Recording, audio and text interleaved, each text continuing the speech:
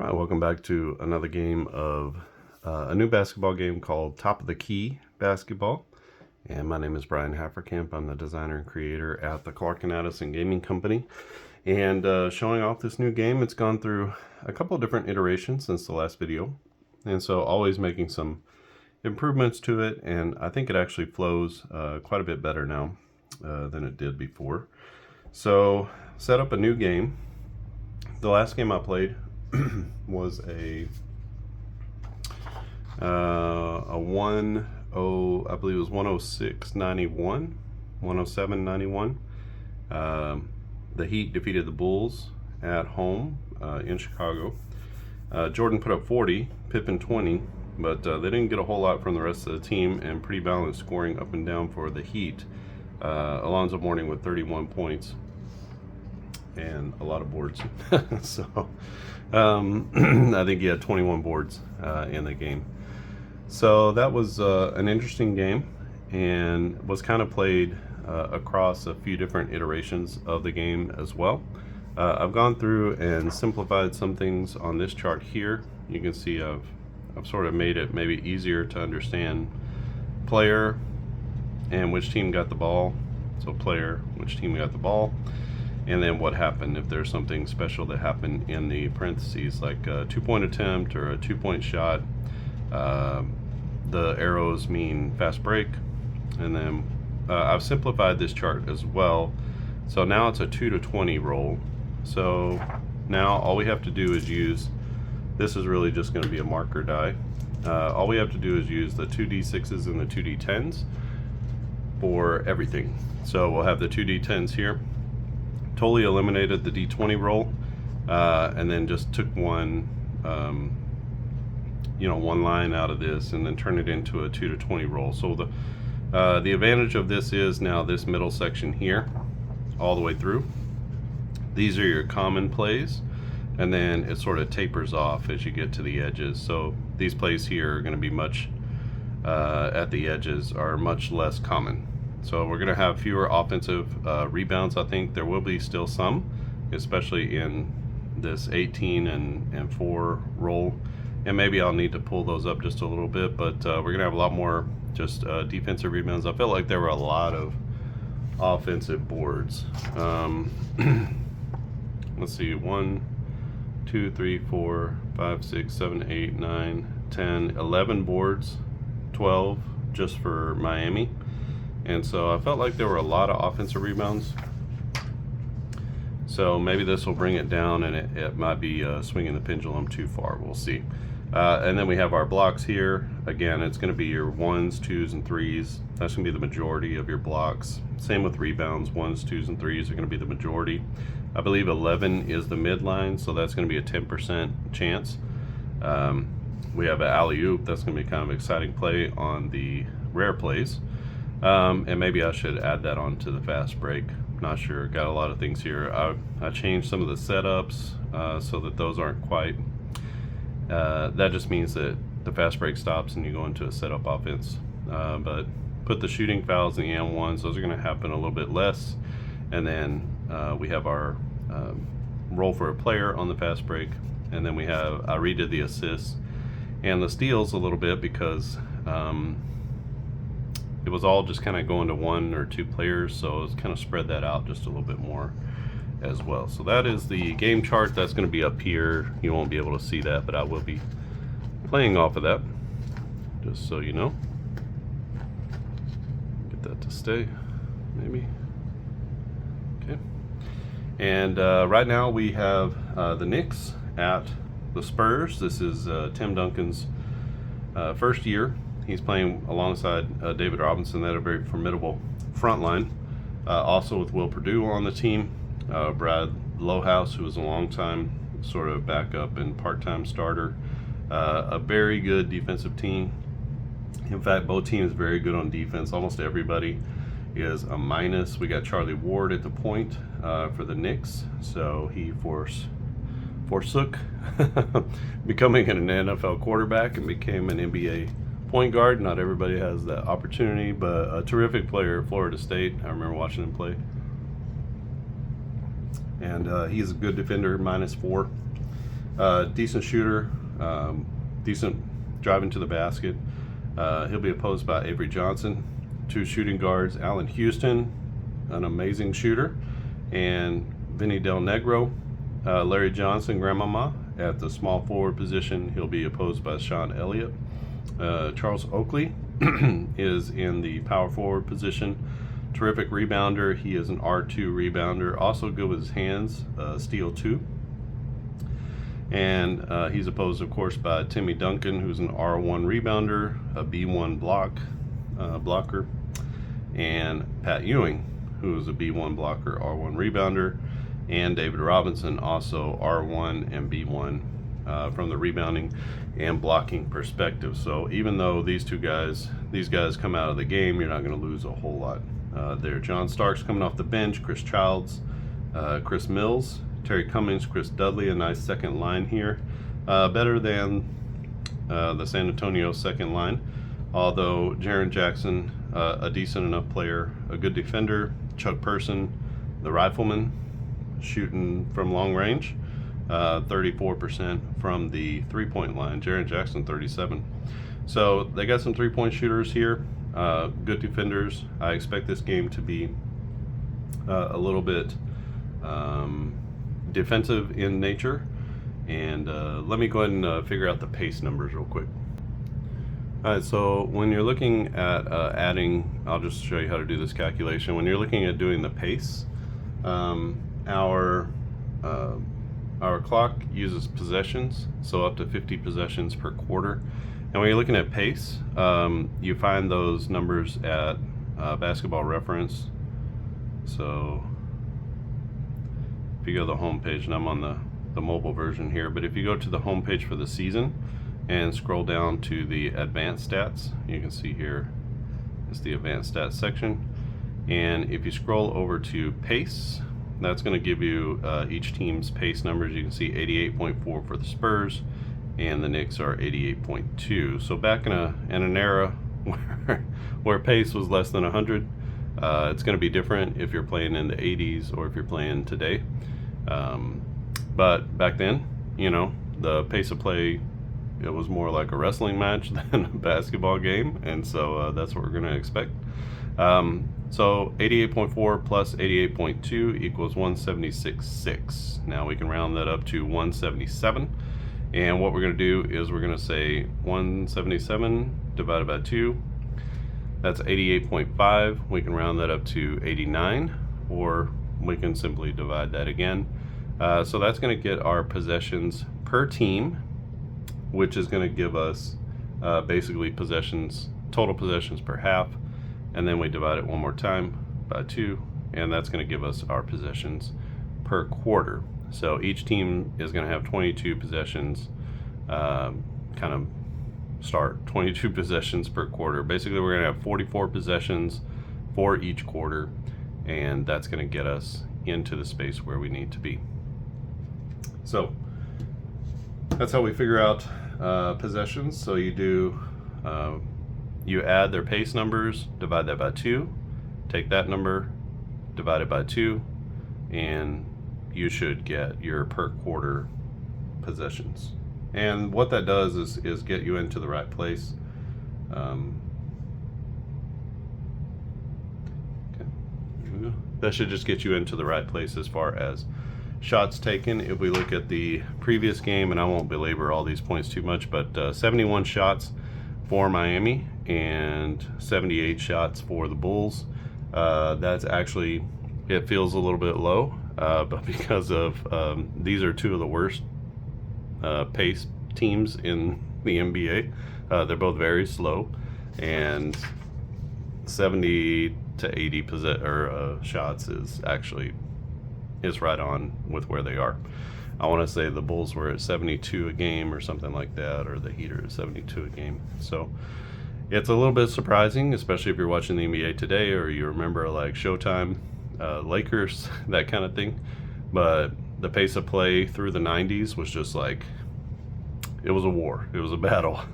And that's why they began to open up the NBA quite a bit, get rid of all the where you have to play man-to-man defense and all that kind of stuff, is because they wanted to open up the game. So So, this is just historically where basketball was, and that's just kind of where it is. All right, we're just going to start out with, I believe it's New York's ball. And I started this game already. It's 4-2. We are 10 possessions in, or this is the 10th possession. And what I'm doing is just rolling for each of the plays. So it's going to be the low post play. And you can see here we got different plays. There are actually 6 different play types. And so you can see a pick and roll, 3-point play, spot up play, low post, ISO, and the motion.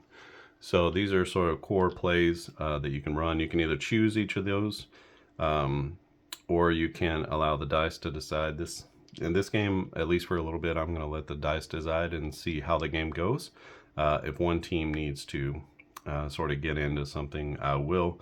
The 2 most obvious choices here are going to be maybe the 3-point offense for the 3-point and the spot up, maybe.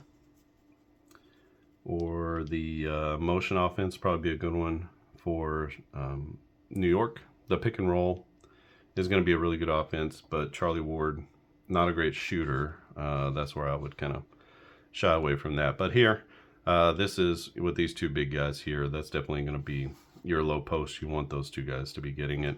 Or the pick and roll, although Avery Johnson, not a great 3-point shooter. So I would probably lean more toward the low post. You can see here the center is going to get most of the action here. He's got 3. The power forward has 3, and then the small forward has 2, and the point guard has 1, and the shooting guard has 1 opportunity. So the majority of your opportunities are for the center or for the power forward. So this feels like more of what San Antonio should probably be doing. But we're going to let the dice decide for a little while just to kind of get a feel for that. And if it's not going to work out very well, then we'll start choosing plays. All right, so the orange die is going to represent New York. We're following alongside with our colors here, so that'll be for New York. And we'll use this one for San Antonio. So what we do is we look at our low post. I like to look at these 2 first, actually, instead of going left to right, go right to left. Because if this happens to be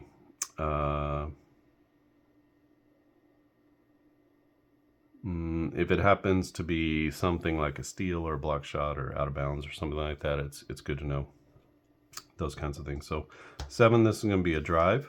And because it is New York, I'm going to read their color first. You don't have to do this. You can just designate one particular die to be the 10's place, 1 to be the 1's place. I like to flip it around and just use the colors. So that's going to be a 63. So then we look here.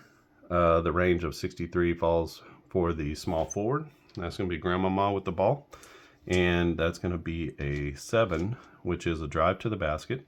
And so what we're going to do is we're going to do 2 D10s, plus I'm going to use the D6. If the D6 is a 1, that's going to be a foul on the drive. It's no foul. And a 74, we look at Larry's drive, it's a 67.5. He's guarded by Sean Elliott, who's a -1 defender, so that goes down to a 66.5. That is 74 is greater than that, so that's going to be a missed shot for Larry Johnson as he misses on the drive to the basket, and then we roll to see what happens on the miss. We add these 2. This 0 is a 10 for my dice, so we add them. 10 plus 8 is 18, and on 18, it tells us here on a missed shot that an 18 is an R4 offensive rebound. So we're going to look for an R4 rebounder. And we look here and we have R1, 2, 3, 4, 4. So these 2 guys are R4 rebounders. When there's 2 people like this, or 3 or 4 or 5 who have the same rating, I just simply roll a D6. And in this case, it'll be 1 to 3, 4 to 6, since there's only 2 players. If there were 3, it would be 1, 2, 3, 4, 5, 6. If there were 4, you would say 1, 2, 3, 4, and then 5 and 6 would be, you can choose whatever player you want to get the ball. And if it's all 5 with the same rating, then you would simply say 1, 2, 3, 4, 5. And then a 6 would be whatever. You can choose whoever you want to.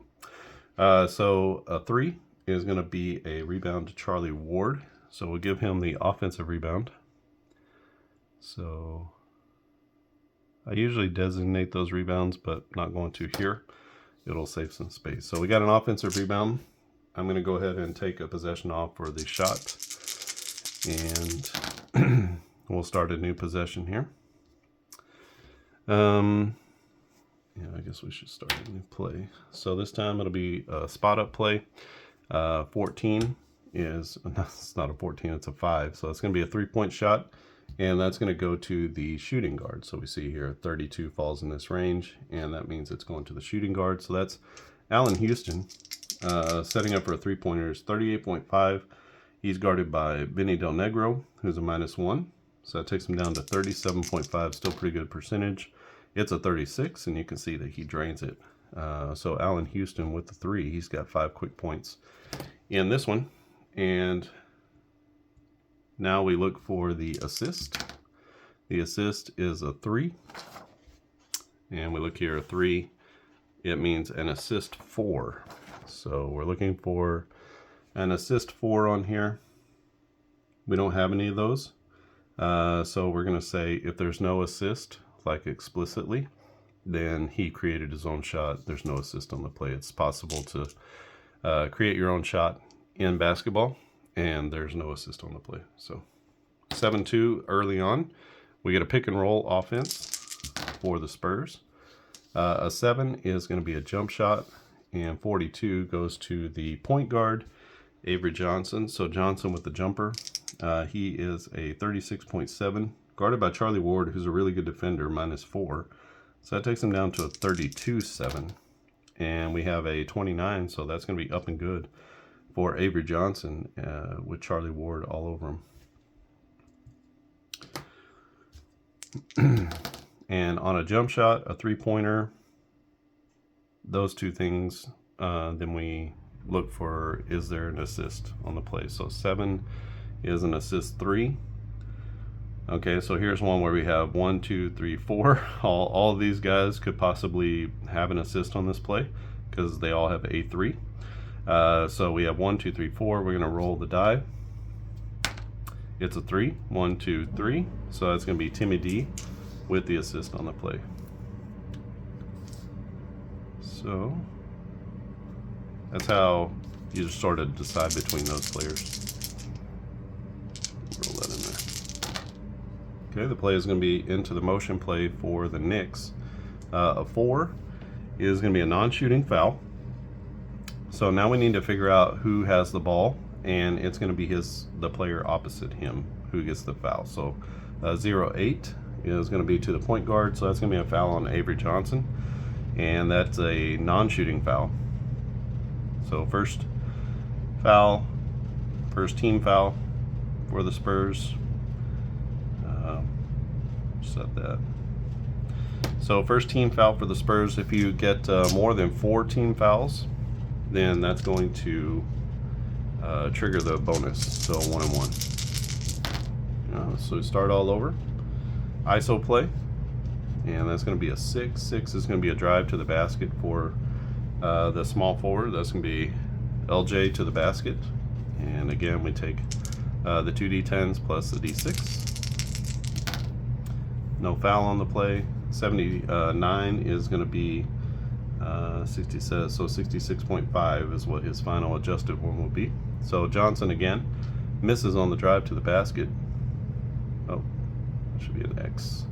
And let's see what happens on the play. That's going to be a 13. 13 is an R2 for the defense. So we have R1s and R4s. We don't have an R2. So I'm inclined to go up to the R1 since we have that. You can choose. You could go down to R3 if you had it. That would be the best way to go, is to go down, because going up it may not be feasible. But we have 2 really good rebounders here, so we'll just go up to the R1 and we'll do the split roll. So 1 to 3, 4 to 6, and the rebound is going to go to the Admiral. So he gets a defensive board, first board of the game for him. So Johnson misses on the drive to the basket, and the Spurs are coming back the other way. This will be a spot up offense. 10 is going to be a drive to the basket. 47 is going to be for the small forward. So this is Sean Elliott going to the basket. No foul on the play. And a 50 is what his percentage is. Larry Johnson is a +1, so he had 51 is his good to go, and it's a 50. So Sean Elliott to the basket, and that gives the Spurs, brings the Spurs within 1.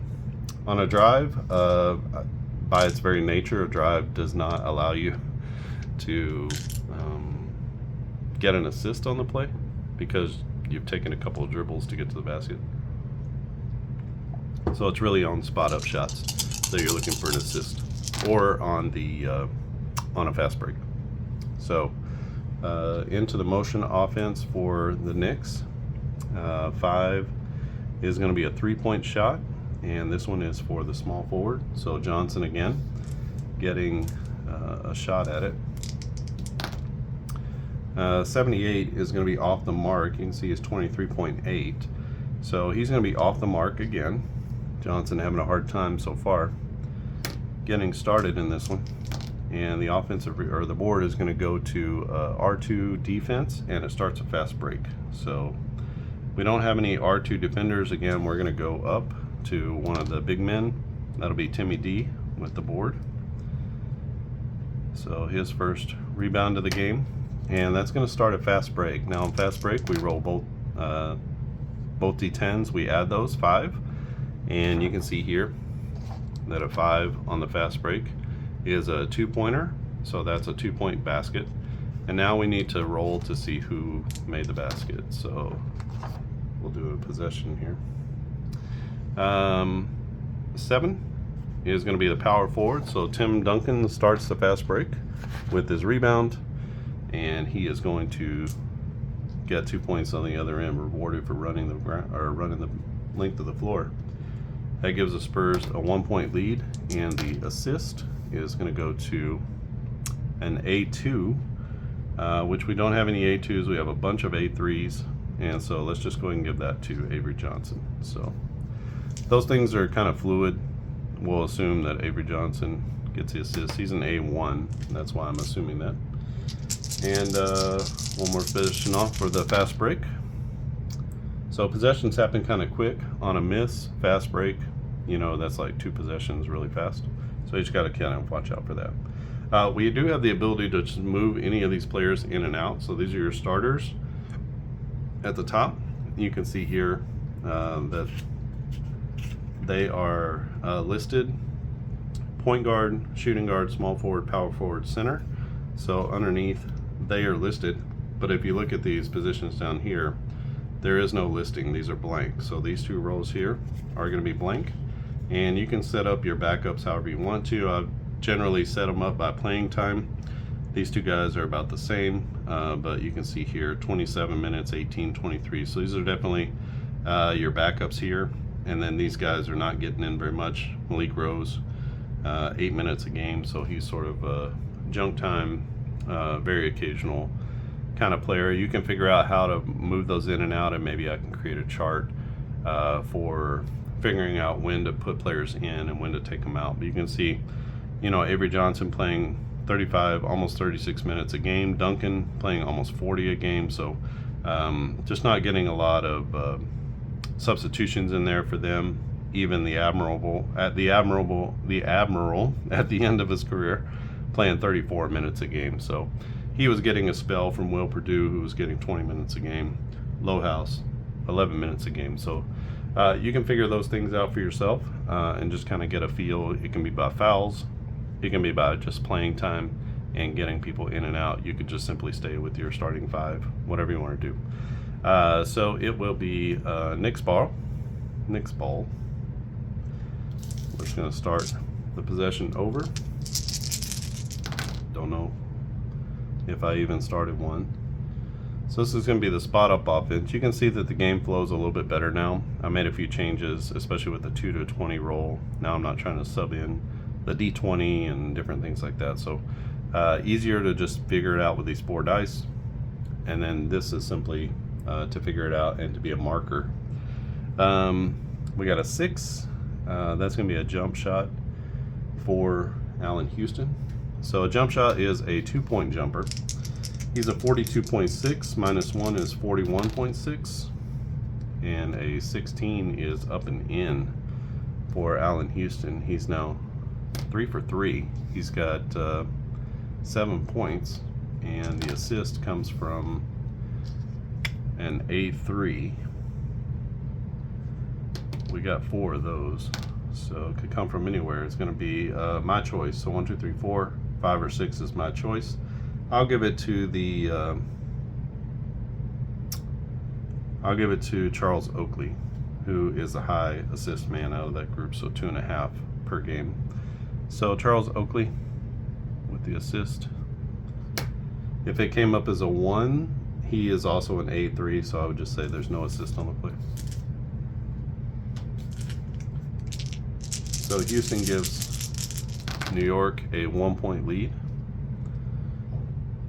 3-point offense. This is going to be a 2-point jump shot from the point guard Avery Johnson. Avery Johnson. That's how he always said it. So 36.7 minus 4, 32.7, and a 19. He is going to be up and in for Johnson. He's now 2 for 2 from the field.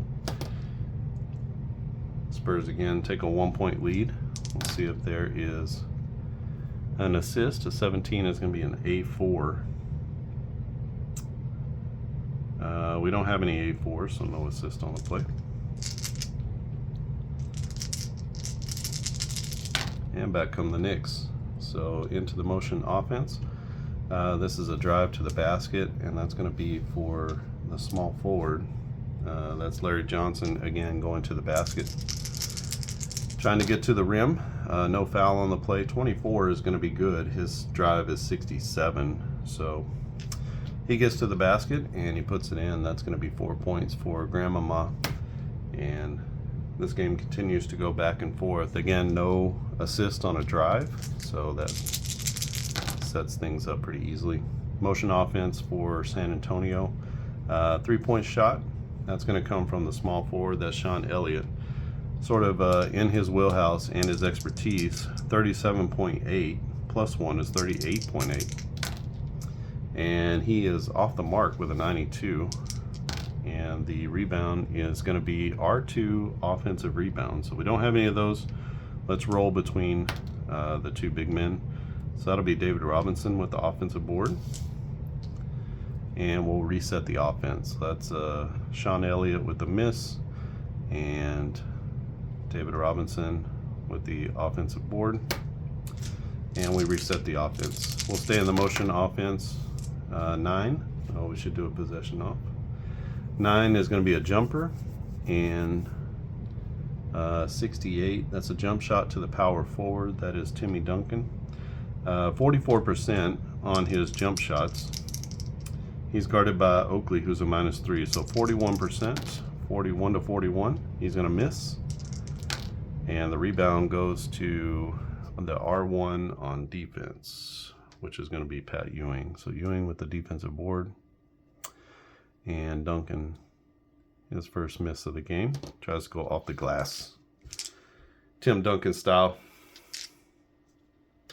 But he misses. So already halfway through the first quarter, it's 11-10.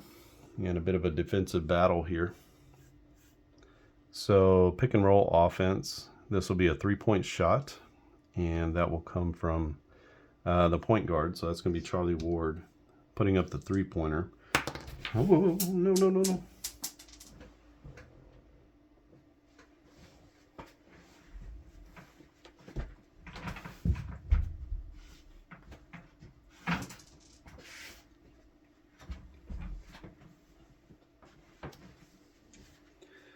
You're not rolling dice unless you lose one off the table.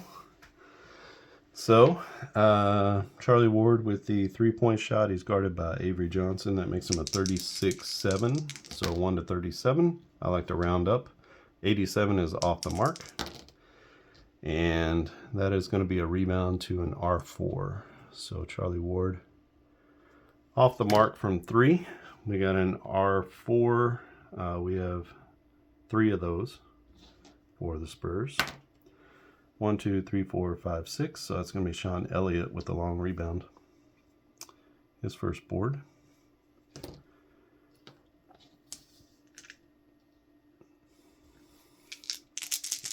And on our possessions chart,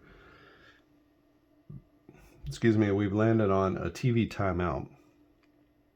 So the action is still going. We have a rebound, and the action is going along. So if we have any sort of, well, I don't know, TV timeouts aren't quite as important in this game. I don't know why I put that in there, but it's just kind of there. I would have to go back and figure out, because I'm using the score of the timing chart from the triple threat basketball game. So I have to look at what I was doing with that. It was a way to do a stoppage of play while the play was still going. So you force a stoppage so that people can do substitutions and that kind of thing. So 3-pointer, or a 3-point offense. It's going to be a drive to the basket, and that will be to the small forward. So Johnson on the drive again. It's an 80. 80 is going to be a miss. There's no foul on the play. So Johnson having a hard time from the field,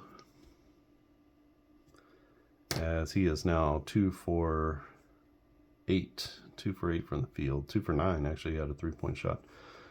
So we got a 31.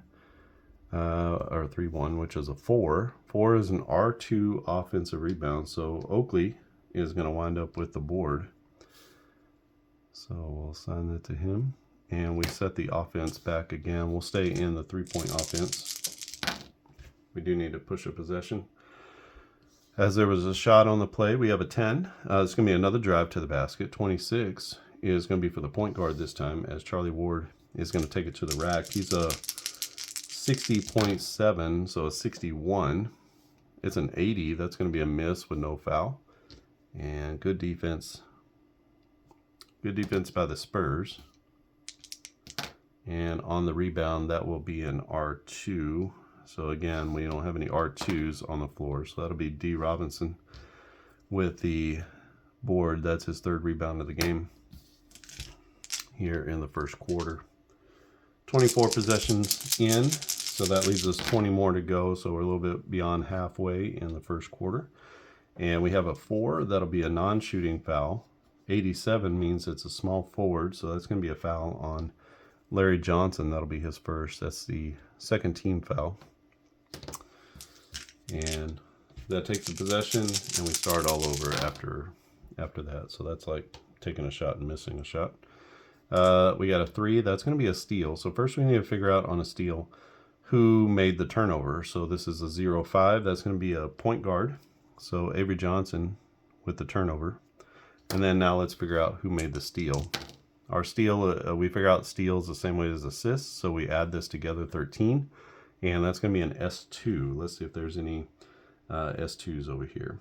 We do have one. Charles Oakley is an S2, so maybe intercepts the pass. And Oakley with his first steal of the game.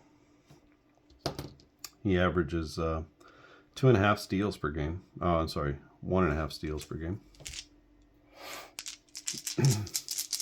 That counts as a possession, and so we go back the other way. That'll be a pick and roll with Oakley. Pick and roll with the Knicks. 4 is going to be out of bounds again. A similar situation. Out of bounds doesn't necessarily mean a turnover, but it could be a turnover. So what I do is just simply do a 50-50 roll. 1 to 3, the offense keeps the ball. 4 to 6, the defense creates a turnover. All right, so that's a turnover, and it'll be 59. 59 is to the center, so that's going to be Ewing losing the ball out of bounds with the turnover.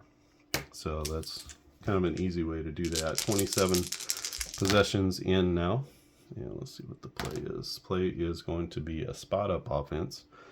4 will be a drive to the basket, and that'll be for the small forward. So Sean Elliott taking the ball to the rack. It's an 82. 82 is most assuredly going to be a miss. He's only a 1 to 50, actually 1 to 51 against LJ. There's no foul on the play, and so that's going to be a miss for Sean Elliott. The rebound is a 10. That's going to go to Pat Ewing, who's an R1.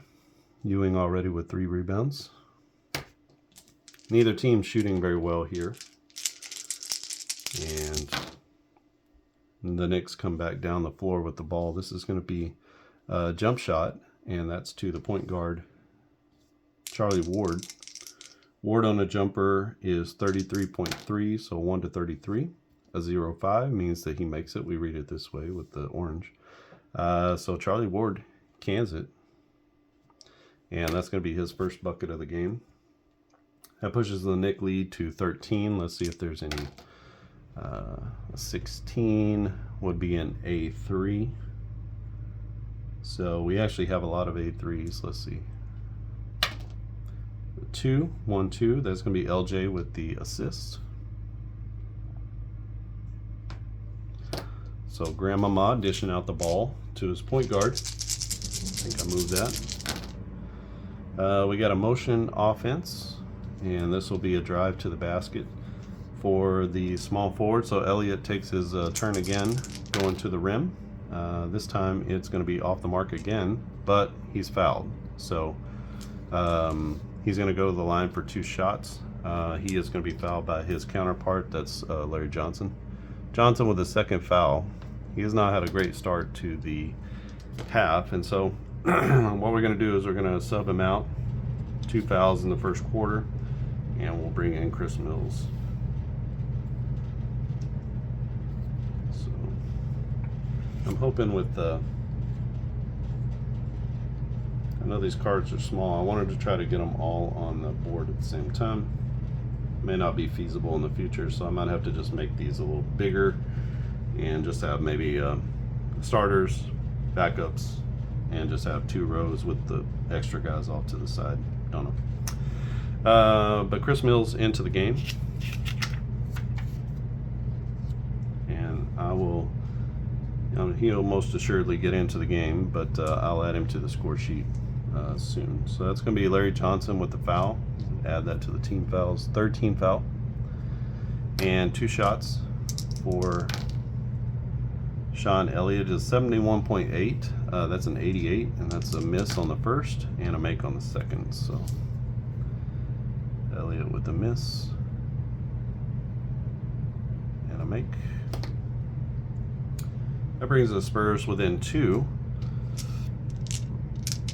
New York with the ball and the lead. This is going to be a pick and roll. 7 is going to be a jump shot, and that goes to the shooting guard, Allen Houston.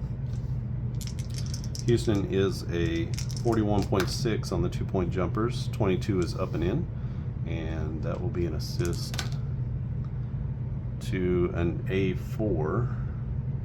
Don't have an A4, so he creates his own shot, and that'll be a bucket for Allen Houston. We're at 31 possessions, and we're on our way to 44 for the quarter. So we'll try to finish out this quarter. You can see that the game flows. It still takes a little bit of time, but it does flow. If you're not keeping all the stats, you're just keeping the score, the game would move much quicker. And maybe at some point I'll just show how to do that, or for if the game gets out of hand or something like that, I'll just stop keeping stats. But I want to make sure that the stats are in line and that everybody's getting enough shots. That's one of the key parts of a basketball game, is are you getting enough shots, and are you getting, within a realistic realm of possibility based off of the defensive players and that kind of thing. Do I need to use a different defensive system? I'm using, these are block plus minus times -1. So a positive number is actually a better defender.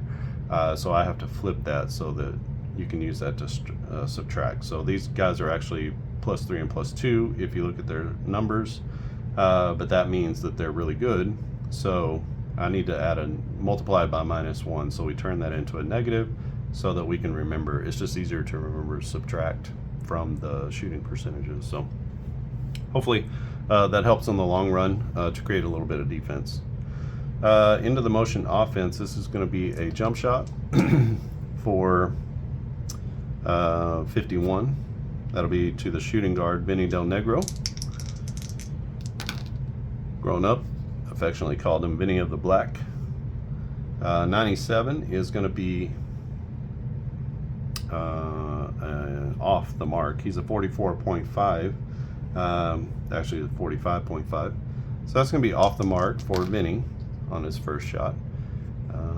Actually, second shot, he's already got a bucket, huh? And the rebound goes to the R1, which is going to be Pat Ewing with another defensive board as he's wiping the boards clean here in the first quarter. There's a lot of shots to wipe clean, a lot of missed shots here. For the Spurs, they haven't made a 3 yet, and they're about 50% from 2-point range. We got a 3-point shot here, or a 3-point offense. That's going to be a 3-point shot, and that goes to the shooting guard. So that'll be Allen Houston from downtown. He's already 1 for 1. He's 38.5 -1, so 37.5. A 42 is going to be a miss, and a 12 will be an R1 rebound. So we'll have to decide between these two as Houston misses the 3. And let's see, it is Tim Duncan with the board, and that'll be his second rebound of the game.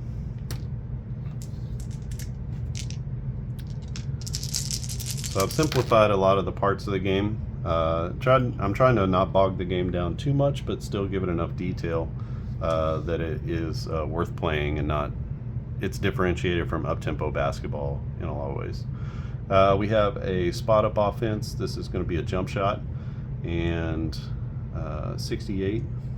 That's going to be to the power forward, so Timmy D going to get an opportunity here to put one in. On the jumper, he's 44%, -1, 43%. 75 is going to be off the mark as the shooting woes for the Spurs continue. And a 15 is going to be an R4 defensive board. So we have 2 of those, our 2 guards, and that'll be Allen Houston with the board. So Duncan with the miss. Houston gets his first rebound, and going back the other way are the Knicks. Low post game. We got a blocked shot. So we need to say who took the shot. 94. That's going to be the point guard.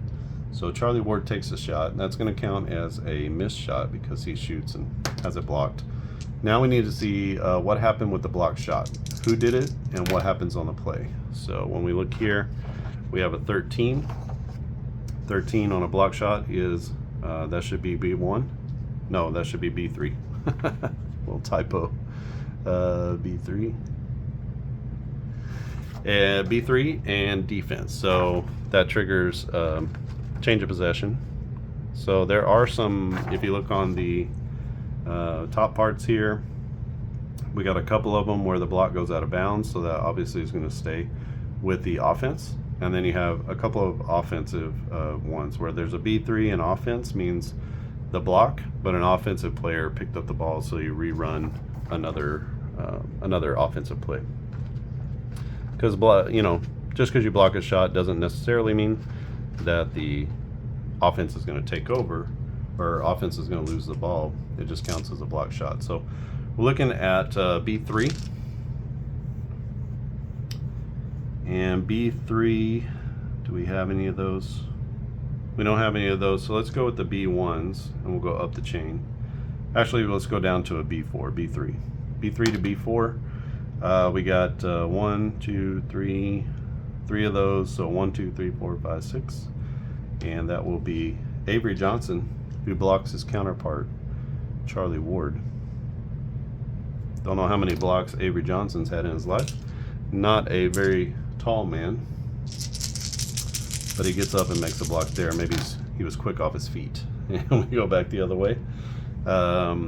Spurs ball, they are down by 4, to the Knicks. We got a 6. That's going to be a jump shot. That goes to the small forward, Sean Elliott. Let's see if Elliott can put it in. He is going to be a 36 to make. 1 to 36. 33 is good. And Sean Elliott off the schneid as he puts the bucket in. Brings the Spurs within 2. And we have 36 possessions left. That assist goes to an A2. We don't have any A2s on the floor. And so the next TV timeout, I'll make some changes. I can't remember. I believe it's every 44 divided by 12.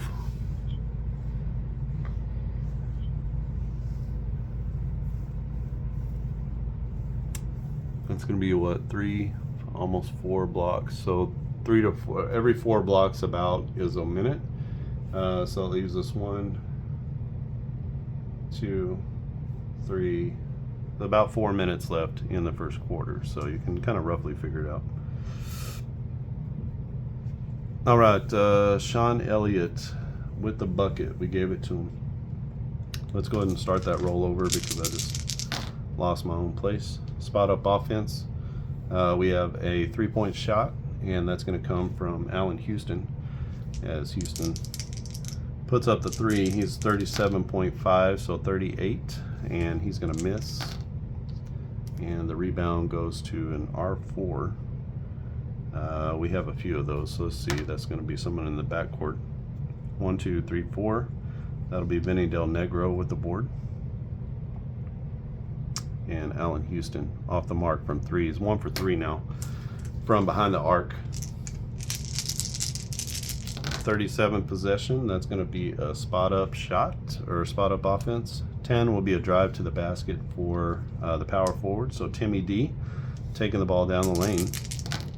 No foul on the play. And a 79 is going to be off the mark as Duncan misses.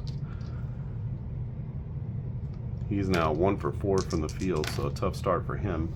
15 is going to be an R4 defensive player. We have 2 of those. So which guard will it be? It'll be Charlie Ward, who comes down and gets the rebound, 3rd rebound of the game for Charlie Ward. He averages 3 per game, so he is on the glass, as they say. All right, so we got a TV timeout here, and on that miss, we'll keep going because they are not going to stop play for a miss. So a 2 is going to be a 3-point shot, but on the next stoppage of play, they'll have a TV timeout. We'll take and do some substitutions.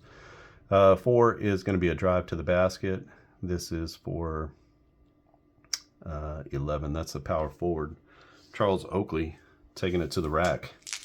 He's a 54 minus Duncan's 2 makes him a 1 to 52, and he's going to get fouled, and he's going to make the basket. So 3-point opportunity for Charles Oakley, his first shot of the game. So he puts in the bucket, and let's see if he makes the free throw. 0-7 he does. So Charles Oakley with the 3-point play makes it 18-13. We're going to take a TV timeout here, and let's get a few guys into the game. Let's give Charlie Ward a blow. So it'll be Chris Childs coming in.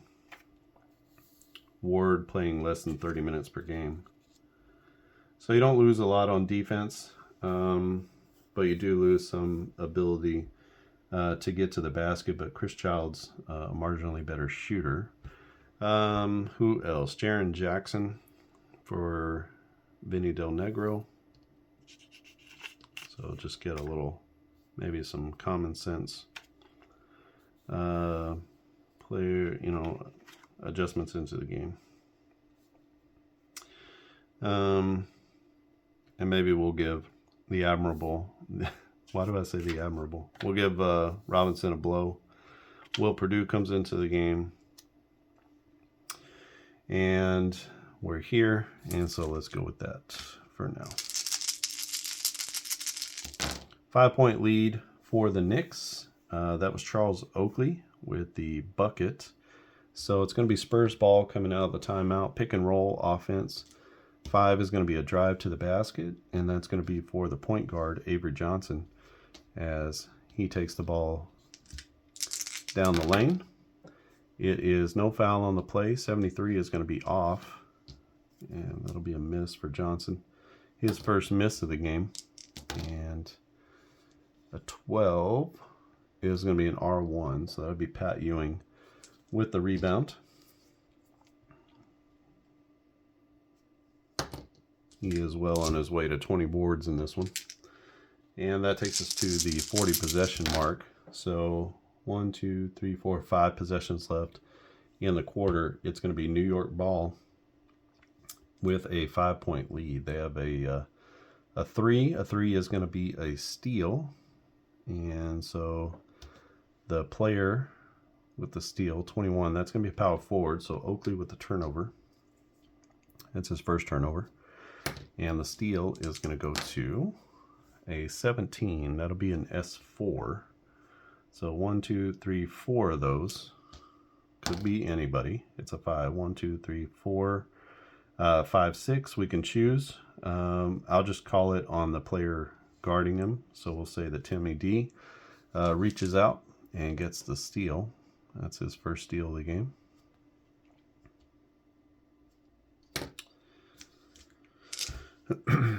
And going back the other way is the Spurs motion offense. This is going to be an 8. An 8 is a 3-point shot, and that will be for the power forward. Now we can have the ability to pass the ball. So if you don't like the shot, you can pass the ball 2 times. If you don't like the shot the 3rd time, that's going to be a shot clock violation. Or if there's a blank. So we have some players, I don't know if we can find one easily or not, but some players have a blank on their 3-pointers. Let's see, Zoe. Okay, so Zoe has a blank on his 3-pointer, so I'm not going to give him a 3-pointer because there's nothing really to roll against. You could obviously, if he needed to take up a heave a 3-pointer or something like that, you could apply the defense, but so if he was playing a +1 defender, he would have a 1% chance. But I don't really like to do that. So when there's a blank, I'll pass. When I don't like the opportunity, like Tim Duncan didn't make any 3s. And so he's guarded by a guy who's -3. So he's basically a 0% chance to make a 3-pointer. Excuse me. So in those situations, you can stay in the same offense and you simply re-roll for a pass. Now you can do that. If I didn't like this roll, I could pass again. But then whatever happens on the 3rd one, if I don't like it and I don't want to take it, I can take a shot clock violation. Or I can try whatever it is. I mean, if it's Tim Duncan taking a 3, might as well just take the shot clock violation and the turnover because he's going to miss. So no sense in giving them an opportunity at a fast break or whatever.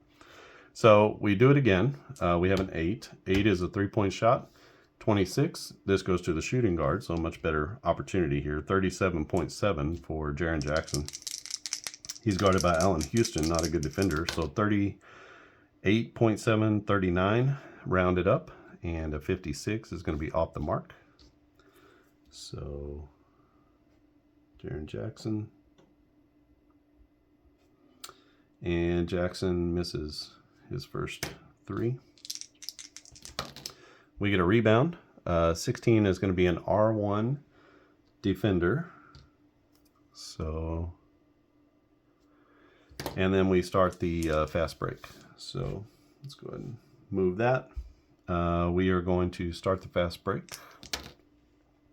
6 is into the setup offense. So no fast break opportunity there for the Knicks. 18-13 is our score. Knicks with the ball. We only have 3 possessions left in the first quarter. This is the pick and roll offense that goes 3-pointer, and that will be to the center. I don't think so. So we're going to pass out of that. 7 is going to be a jump shot. This time to the power forward. That'll be Charles Oakley with the jumper. Not a great shooter, 41% minus 2, so 39%, but we'll give it to him anyway. 1 to 39, he makes it. He doesn't make it. And Oakley now 1 for 2. Let's see what happens on the rebound. 12 is going to be an R1 defensive rebound. So that'll be Timmy D. He's the only R1 in the game right now, so he picks up his 3rd board. And that'll take us to 43 possessions. 2 possessions left in the quarter. Remember, at the start, we figured out the 44 possessions per quarter. So just kind of keep that in mind. You can kind of get lost in the game, but hopefully once you get into the game and the flow and playing it a few times, you just have your mind set, or you have kind of a process that you go through to resolve each play. If you just do everything in the same order every time, then that would help you, because you won't be like, oh, did I do that, or did I forget something? So we have motion offense. This is going to be a 3-point shot. That comes from the shooting guard. That'll be Jaren Jackson again. He lines it up. I don't know if Pop is going to like this or not, but 37.7 plus 1 is 1 to 39, basically. That's going to be another miss. So Pop can't be happy with that. I'm sure with Duncan on the floor, he wants you to try to get it a little better shot. An 18, though, is going to be an R4 offensive rebound. So possibility that he got his own board. We've got 3 R4s. It's a 2, so that's going to be Avery Johnson with a long rebound as he gets the offensive board. He sets them back up, and we'll stay in the motion offense, and we'll just roll again. I did move the possession, so this is the last possession of the quarter. 7 is going to be a jump shot. This goes to the shooting guard, Jackson, again. This time he is a 37.5, becomes, well, he's a 39%. So same from 2 or 3. And he misses again. So 55 is going to be a miss. And we'll call that a miss at the buzzer. So Jaren, we'll see. Actually 18 is an offensive board, but there's no putback. So we're going to call that a miss at the buzzer. So he's missed 2 threes and a 2, and that's going to take us to the end of the first quarter. And so our score after 1 is 18-13, not a compelling score so far. Both teams not shooting very well, especially the Spurs, and nobody from 3-point is shooting particularly well. Nobody in super big foul trouble. These obviously will restart. So this will be the second quarter, third quarter, fourth quarter, and we can do the same up here. I'll have to rework this score sheet just a little bit to include team fouls, or simply, I do have a kind of a general purpose basketball score sheet I've worked on before, and so maybe I can use that one for the future. So this is top of the key basketball. That's the end of the first quarter, 18-13, New York over San Antonio. And hopefully San Antonio can put it together. Maybe we need to just go into the low post offense and help them out just a little bit, or into the pick and roll. I think that's going to help them with their shooting percentages. You can see that their drive percentages are generally much better. Jaren Jackson, not so much, more of a spot up shooter, but Avery Johnson, a better at driving to the basket than he is shooting the basketball. Vinny Del Negro, a better shooter, not much of a driver. So you can kind of see where people's athleticism go, or whether they're shooters. Robinson, not much of a 3-point shooter, decent enough with the jump shot. Chuck Person, definitely a 3-point shooter. Monty Williams, definitely a 3-point shooter at 50%. Kind of exclusive 3-point shooter there. So you're going to want, with him on the floor, you're going to want to maybe go into the 3-point play, because you get more opportunities for the shooting guard so if you have these 2 guys on the floor, you would want to go into maybe the 3-point offense, just to get them more 3-point shots and get them a chance when they get into the game. So you can really craft your offensive strategy based off of who's on the floor and who is in your starting 5, or who's on the floor in your starting 5. And then also you get a lot of opportunities. We didn't really go through any of the rare plays. We haven't hit on one of those yet, but we got a 3-pointer at the buzzer. If that's the last play of the quarter or the half, obviously that's a long 3. That's a big play, but it would basically be at the end of the shot clock. There is a shot clock violation in here. We have a jump ball, and then you would simply roll to see who the players are. in the jump ball. Goaltending, a charge, an alley-oop, illegal screen for the center or the power forward. Again, you just roll the D6. 1 to 3 would be the center, 4 to 6 the power forward. The alley-oop tells you who is point guard to somebody. An illegal screen, same thing as here, so you roll for it. There's a shooter injury if the play is a drive, so you have to figure out what is the play, and then if it's a drive, then there's going to be an injury on the player, and he would have to be removed. Maybe you can have to figure out like an injury chart kind of thing. Flagrant foul on the defense, that would obviously be a technical foul, and then the offense would get the ball back. 3-pointer at the buzzer for different players. And then technical fouls for either the offense or the defense. Obviously, if it's you're going to get one technical shot and the ball, so that's how that works, and that would count as a possession as well. So really simplified this with the 2 to 20 roll. I feel like now the game flows a lot better and plays more quickly, but also just it's easier to remember. There's a lot of things going on, and so it just feels a little bit easier to remember everything that's going on. Pretty small footprint. All you need is the different plays here. Obviously, these could be cut into cards if you wanted to, and maybe that just needs to be done a little larger so that you can lay them out as cards and kind of fold it up and make it even more portable. Or if you just wanted to have a couple of different offensive plays between the two teams, you wanted to keep one team in one particular offense, you can do that. I did that with the Bulls. I basically kept them in the ISO for a long time, and also the spot up is a really good one for them. Between Jordan and Pippen, we have drives and 3-pointers and 2-point jumpers here, so that's sort of their offense, and it runs through the shooting guard and the small forward. So for the Bulls, this was a really good option. Also, the ISO game was a really good option for them, and so is the 3-point option. But Jordan wasn't a great 3-point shooter. I don't know if I have this card here. There it is. So Jordan, you can see there, not a great 3-point shooter. This is 1997-98, but obviously 44% from 2-point and 65% as a guy who drives down the lane. For a guard, that's a pretty good number. You can see he would best any of the guards on this floor by 10%. So Charlie Ward only 64. A power guy like Larry Johnson, 67%.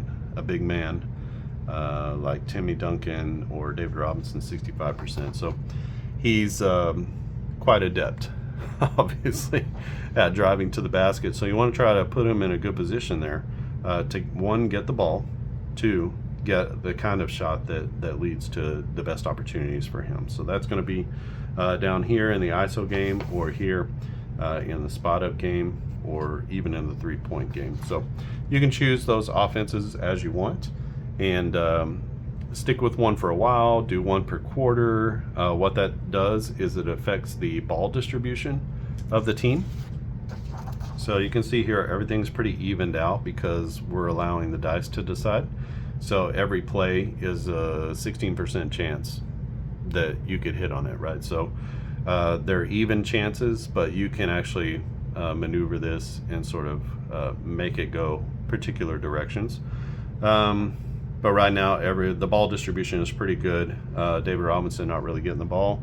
He's out of the game. He'll probably come in to start the second quarter, but he's out of the game for now. No particular reason other than just to give him a blow. There's only one person with a foul for San Antonio, and only 3 team fouls in the first quarter for the Knicks. So not totally unheard of, just because they're not dedicated to driving to the basket.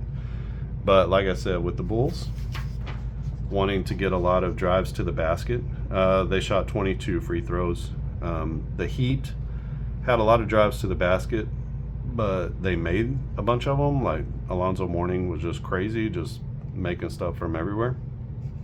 And so they only shot 13 free throws. They made 12 of them. and the Bulls went 20 for 22. Good free throw shooting teams between them, but you can see Jordan and Pippen, when I put them into the ISO and to the spot up offense, they had a lot of drives to the basket, so they were fouled a lot. And if you look even beyond rolling the 1d6 die where you can get fouled on the drive, you just look at the non-shooting fouls. So you can see here that the non-shooting fouls are not on the 12 and the 2, which would be the results that are least likely to happen at the edges. The ones in the middle are the most likely to happen. So you can kind of see how the plays are going to be shaped by each type of play. How the results will be shaped. Obviously, in a spot up, you're looking for a 2-pointer or a 3-pointer. In the pick and roll, you're going to get a drive or a 3-point shot or a 2-point shot for a point guard, center, power forward. So that's sort of the 2-man game. In the 3-point, obviously, most of your options here are going to be 3-pointers and not as many drives. So if you're playing this, you're not going to get as many fouls. And part of that is that the non-shooting foul is on a 12, which is only going to happen, 2.7, 2.8% of the time. So it's a very low percentage in the 3-pointer because you're not attacking the basket. You're not going to get fouled very much. So that's how that works. And in the low post game, it's a little bit more, even though it's one non-shooting foul. It happens on the 10, which is more often than the 11 or 12. You can see 2 chances for a block shot here because you have a low post man. He's going to be down there with other big men. That's sort of the concept for each of these plays. I really thought out what's most likely to happen out of these results. What's most likely to happen on these plays. On the pick and roll, you have a steal. On the 3-pointer, you have a steal because people are going to be jumping lanes. On the ISO, you have more of a chance for a steal just because it's a 1-on-1 type of game. And same thing in the motion offense. So in the motion, everybody's moving around. You have more opportunities for fouls here. You have more opportunities for fouls in the ISO game because it's 1-on-1. And so you're going to get those hand checking fouls and stuff like that as you sort of get out 1-on-1 and everybody's crowded back into the lane. And then for the spot up, when you're shooting a lot, you're going to not have as many shooting fouls. So depending on how you attack the basket, this one is a very attacking. You're going to get a lot of off the ball fouls on the pick and roll and things like that. So depending on how you attack and what offense you use, that's going to shape the foul situation, putting pressure on the other team. If you got 1 or 2 guys that you really want to pressure, put your team in the ISO, put them in the low post. You want to try to they have one big man like Alonzo Mourning. You want to get them out of their game, get into the low post game for a while, and you may get some fouls on them just because the center and the small forward and the power forward are the ones who are going to get the ball in that low post offense. So that's going to be putting a lot of pressure on the center, power forward, and small forward of the other team. So if you want to try to get people in foul trouble, that kind of thing, you can also move players around. So just because he's listed as a small forward, he could actually play power forward or vice versa. You can play the center on the point guard. That would be fine.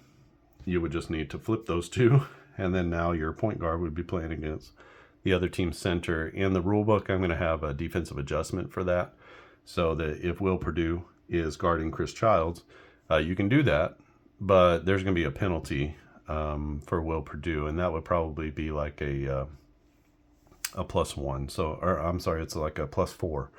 So instead of a -1, he would be a +3. So it's going to give him some defensive disadvantage. And if you had a guy like Allen Houston playing against a point guard, he would be at a +1 disadvantage. So instead of +1 on defense, he'd be a +2. So playing guys out of position, you can play them anywhere on the floor, but there's going to be a little bit of a defensive penalty for doing that kind of thing. So that's just one of those things, kind of a wrinkle of the game. There's going to be some opportunities. If you don't want to mess with anything, you just want to play it straight through, there's going to be the option to do that. You don't have to make a bunch of decisions, but there are some decisions that you can make if you want to, and kind of give a little bit more of a coaching feel or what if we push this team toward this way, or what if I did this? Can we get this guy into foul trouble and maybe bring in the reserves a lot more or quicker? And that's a good way to sort of just add some options into the game that flow within the context of the game, but you're still able to make those decisions. So you can choose, your plays. You can choose ultimately like where you want the ball to go by choosing your plays, and you can shape the narrative of the game based on the players. So if you have a team that's not very good against a team that is very good, maybe can I like shape the offense so that this not very good team shoots a little bit better or plays a little bit better or puts pressure on the other team. Maybe you want to put pressure on the bigs, but your bigs are not very good. So it's a little bit of a backfire. You may get them into foul trouble a little bit better, but you might just be missing a lot of shots because you're not giving your best player the ball. So if the Bulls had tried to attack Alonzo Mourning with their big man, not Will Perdue, but Bill Winnington or Luke Longley, those are not premier big men. And so they're not going to put as much pressure and make as many shots as if you had a premier big man like Tim Duncan or David Robinson. So then you're kind of fighting fire with fire, and you're taking the ball out of Jordan and Pippen's hands. So you have to make some decisions like that, because typically the offense is going to be pushed toward particular players, and the center and the shooting guard don't have equal opportunity in any offense. So you can't run Jordan with a two-man game like that with the center. So you got to kind of pick your poison, and that's one of the joys. So in that way, it's gamified just a little bit, but I hope that it's a simulation of actual basketball. Having watched and played my whole life, I think I have an understanding of who's going to get the ball and how that's going to go with each different type of play. So, and even coached, basketball camps and things like that. So coaching some different strategy has allowed me to understand the X's and O's just enough to be able to say, okay, like this is what's typically going to happen when you run the low post offense or when you run this. And then, the game kind of shapes and shifts toward those particular players and plays. So it's really cool. I think it's a great system. And so eventually I'm going to release this 97-98 season. I'm closer today than I was yesterday, and I think this feels really good. I'm going to play out this game and just kind of see where this goes, and we'll see. Hopefully everything comes out pretty realistically and comes out as a simulation should, where it's definitely a plausible situation. I'm not trying to go for exact scores. Basketball is so nebulous as far as fouls and foul trouble and just, random things. So I'm not going to fret about that a whole lot, about exactness, but I do want to be pretty close in the ballpark, so that when you play with some of these players, because we're using individual player cards, they should all behave the way that they should. Now that's going to be up to you to determine what kind of minutes they play, and I can try to come up with, and maybe when it gets out into the open, everyone can help me with what do you call it, a fatigue chart kind of thing, so you can get a good rotation. So after this many minutes, this kind of player is going to come out. If you play 38 minutes, you need to come out after every 12 blocks or something like that. So hopefully we can have that sort of situation. 38 minutes, there's only 48 minutes in a game, so 12 times 4 is 48. So you're playing 40 minutes. That means you're only taking 8 off. So that would be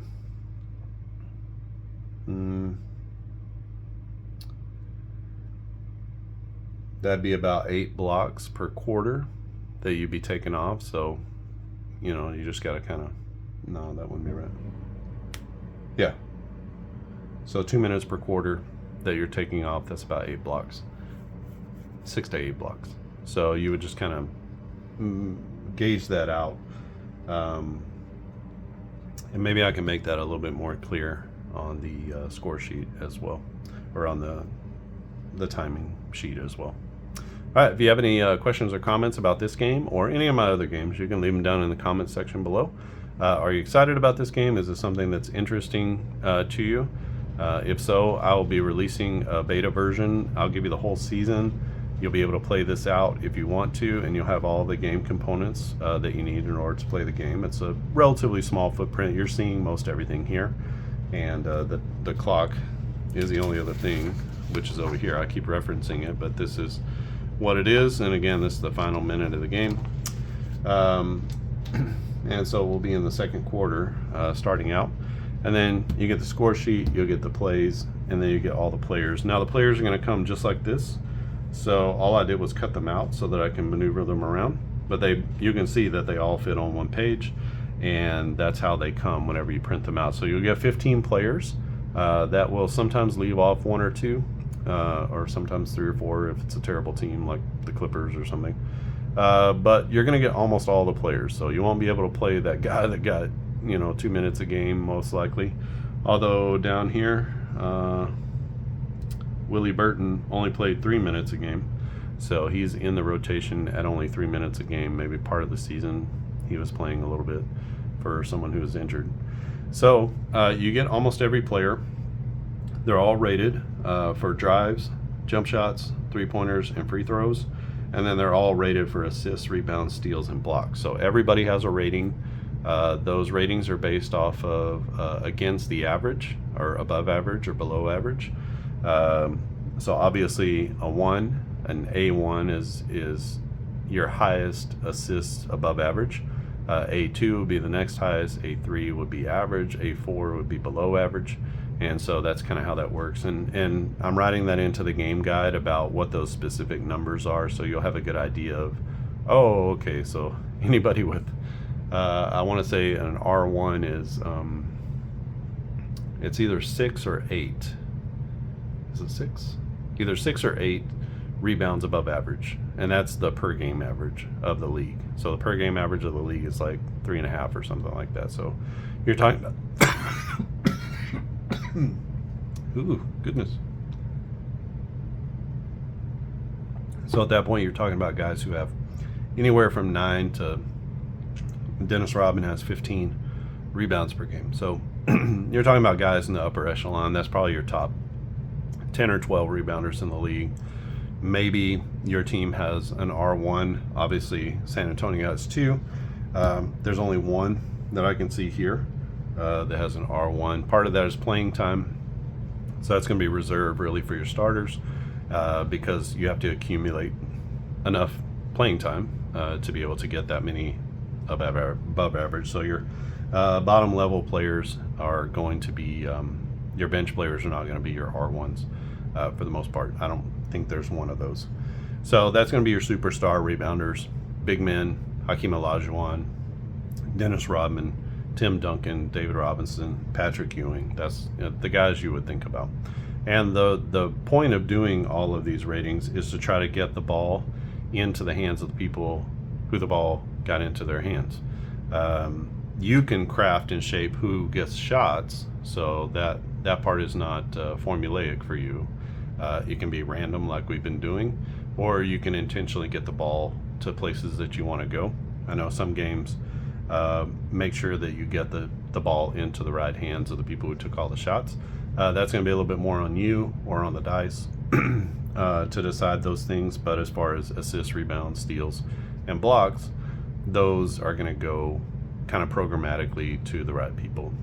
So when you see assists, you can see that there are 1, 2, 3, 4 opportunities for assists, and those happen in that sort of meaty middle. If this were a big showing the most to the least, like a big arrow, the 11 would be the center of that. So, on both sides of that, you're going to have the most opportunities for an A1, and A2 would be next, A3 to the poles, and then A4, these are like 1%, 2%, 3%, 4%, same on the top.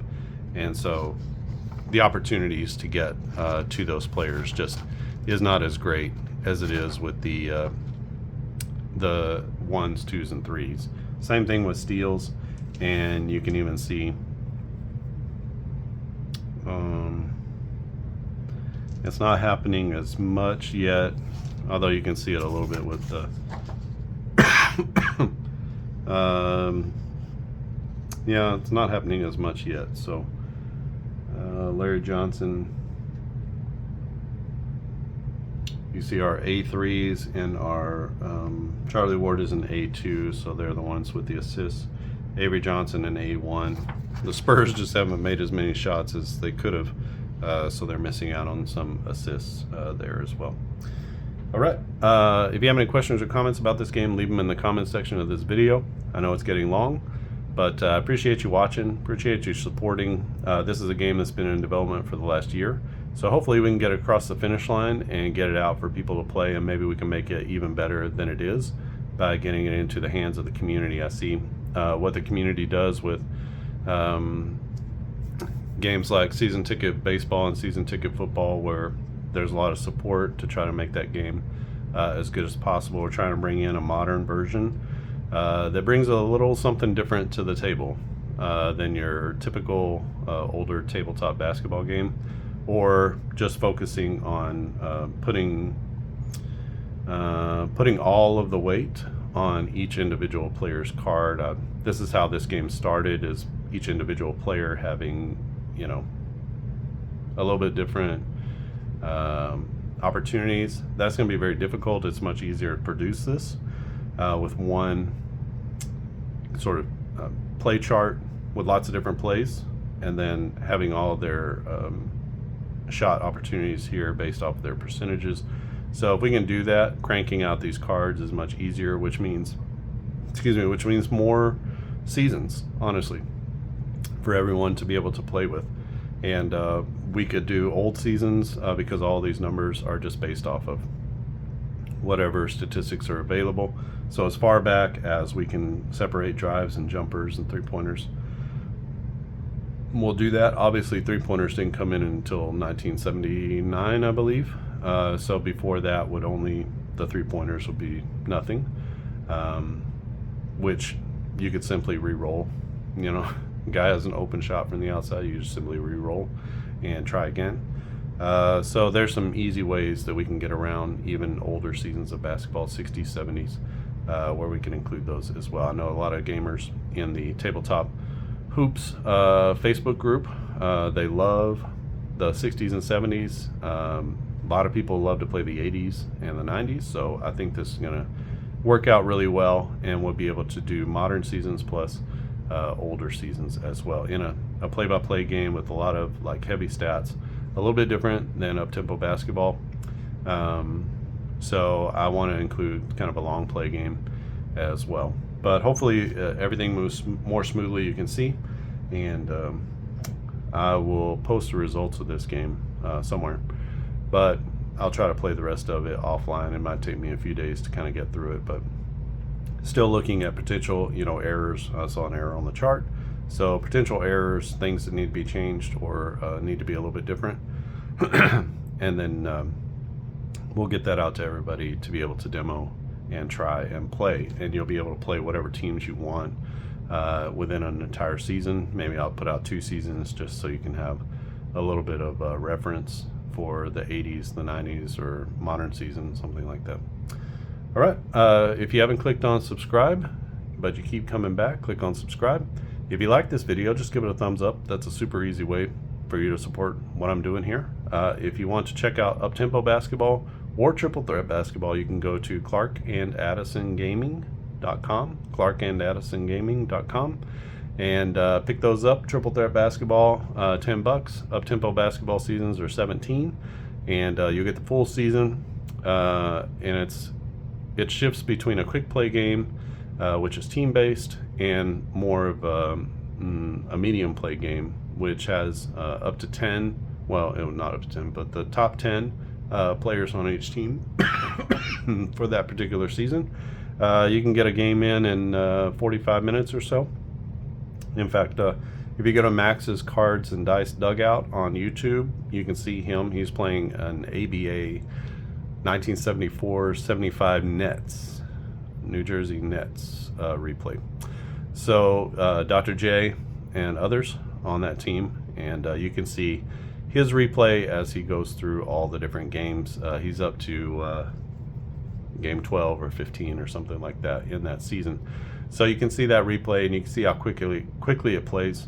He's playing it as slowly as you possibly can play it, with all the dice rolls.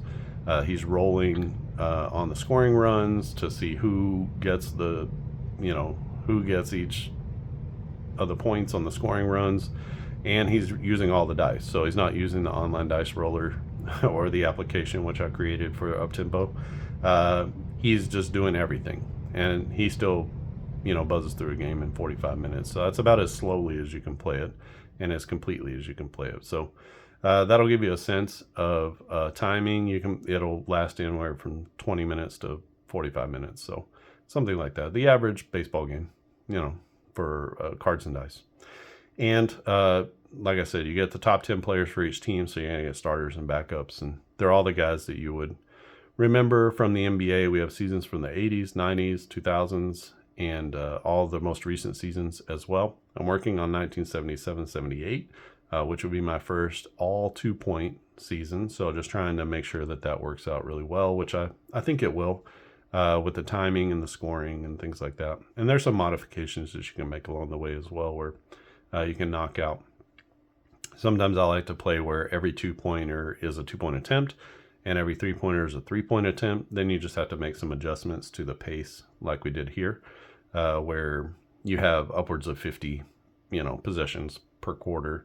Otherwise, if you cut it down to the 30, like it says in the manual, you're going to have a really low scoring game. So you want to make sure you get enough possessions in there again to equal the amount of possessions that would actually be in the game, because now you're making shot attempts every time. So sometimes I like to play that. You can see that on the channel here too, in the basketball playlist or the Uptempo playlist, where I've played that way.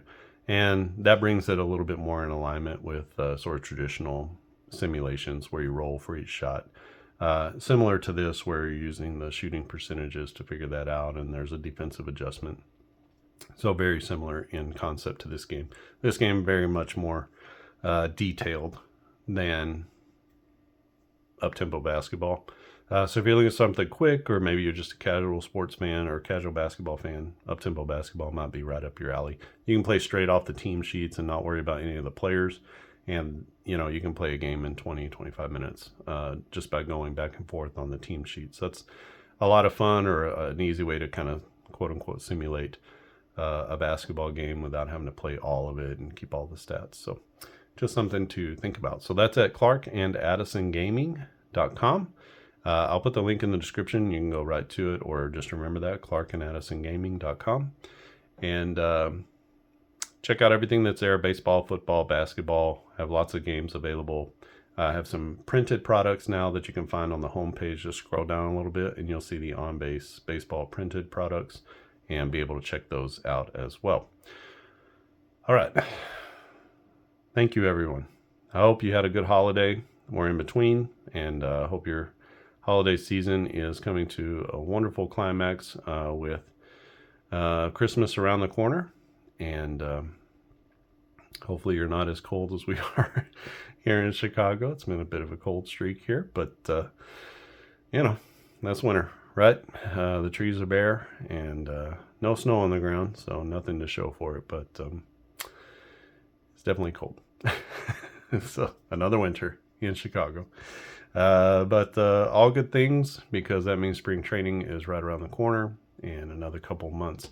I am working on precision baseball for 2024, so hopefully I can have that out in a relatively good amount of time, maybe January, or have that out by spring training. That way you can play last season's 2024 with precision baseball. You can already purchase on-base baseball if you want to play some 2024 baseball during the season. I have both the Pocket Edition now available, and I have the just the regular Cards and Dice PDF version that you can purchase at clarkandaddisongaming.com.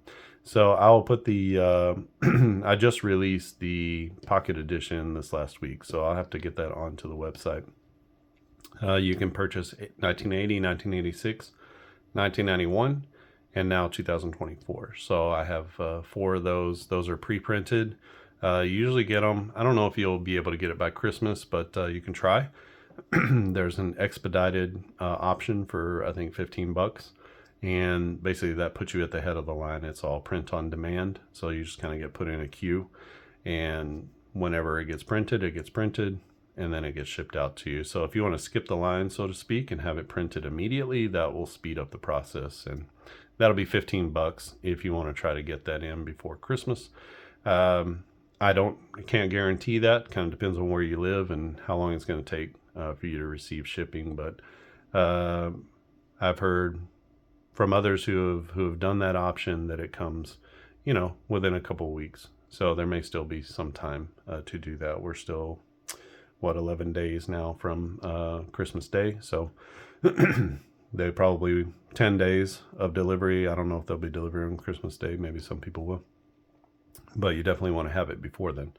If you purchase the PDF version, you have it immediately. You buy it, you get a download link, and you can be playing within minutes of just printing out and cutting and just doing the things that you need to do. So you can check those out at clarkandaddisongaming.com. Lots of options for you. I want you to have as many options as you have playing styles. So I try to make that for each of the games that I create as well. All right, that's enough of me talking. Hope you have a wonderful Saturday. And thanks for all of your participation. Thanks for all of your support over these last 3 years, 3.5 years, 3 years. And yeah, everything's growing well. Every year that goes by, more sales, more gamers who are playing the games, more people find out about what's going on. Feel free to share this video, share the YouTube channel, share the link, clarkandaddisongaming.com. And we'll get more people playing and build a community that way. And I've been very pleased with how everyone has accepted these kind of strange games that I've been making. So all right, I think that's it from here. Thanks for watching, and I'll see you again next time.